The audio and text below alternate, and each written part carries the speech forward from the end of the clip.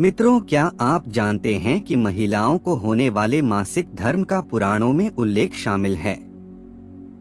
उन्हें मासिक धर्म क्यों होता है, इस पर एक पौराणिक कथा भी मौजूद है जो इंद्रदेव से संबंधित है। नमस्कार दोस्तों, स्वागत है आप सभी का फिर से एक बार हमारे इस YouTube चैनल पर। भागवत पुराण में वर्णित एक कथा के अनुसार एक बार बृहस्पति जो देवताओं के गुरु थे, वे इंद्रदेव से काफी नाराज हो गए। इसके चलते असुरों ने देवलोक पर आक्रमण कर दिया और इंद्र को अपनी गद्दी छोड़कर भागना पड़ा। असुरों से खुद को बचाते हुए वे सृष्टि के रचनाकार भगवान ब्रह्मा के पास पहुँचे और उनसे मदद मांगने लगे। तब ब्रह्मा जी ने उन्हें बताया कि उन्हें एक ब्रह्मज्ञानी की सेवा करनी चाहिए। यदि वह प्रसन्न हो जाए तभी उन्हें उनकी गद्दी वापस प्राप्त होगी।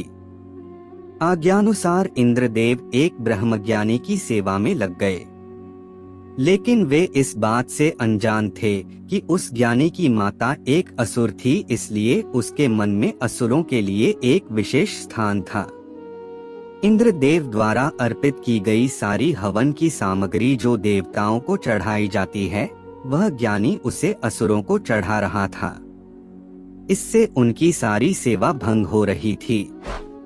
जब इंद्रदेव को सब पता लगा तो वे बेहद क्रोधित हो गए और उन्होंने उस ब्रह्मज्ञानी की हत्या कर डाली।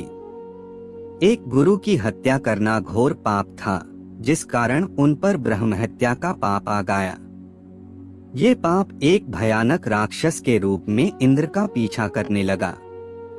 किसी तरह इंद्र ने खुद को एक फूल के अंदर छुपाया और 1,00,000 साल तक भगवान विष्णु की तपस्या की। तपस्या से प्रसन्न होकर भगवान विष्णु ने इंद्रदेव को बचा तो लिया, लेकिन उनके ऊपर लगे पाप की मुक्ति के लिए एक सुझाव दिया। इसके लिए इंद्र को पेड़, जल, भूमि और स्त्री को अपने पाप का थोड़ा थोड़ा अंश देना था। इंद्र के आग्रह पर सब राजी तो हो गए, लेकिन उन्होंने बदले में इंद्रदेव से उन्हें एक वरदान देने को कहा। सबसे पहले पेड़ ने उस पाप का 1/4 हिस्सा ले लिया, जिसके बदले में इंद्र ने उसे एक वरदान दिया। वरदान के अनुसार पेड़ चाहे तो स्वयं ही अपने आप को जीवित कर सकता है। इसके बाद जल को पाप का हिस्सा देने पर इंद्रदेव ने उसे अन्य वस्तुओं को पवित्र करने की शक्ति प्रदान की। यही कारण है कि हिंदू धर्म में आज भी जल को पवित्र मानते हुए पूजा पाठ में इस्तेमाल किया जाता है। तीसरा पाप इंद्रदेव ने भूमि को दिया। इसके वरदान स्वरूप उन्होंने भूमि से कहा कि उस पर आई कोई भी चोट हमेशा भर जाएगी। अब आखिरी बारी स्त्री की थी। इस कथा के अनुसार स्त्री को पाप का हिस्सा देने के फलस्वरूप उन्हें हर महीने मासिक धर्म होता है। लेकिन उन्हें वरदान देने के लिए इंद्र ने कहा कि महिलाएं पुरुषों से कई गुना ज्यादा काम का आनंद उठाएंगी। इस दौरान वे ब्रह्महत्या यानी कि अपने गुरु की हत्या का पाप ढो रही होती हैं, इसलिए उन्हें अपने गुरु तथा भगवान से दूर रहने को कहा जाता है। यही कारण है कि प्राचीन समय से ही मासिक धर्म के दौरान महिलाओं को मंदिर जाने की मनाही थी।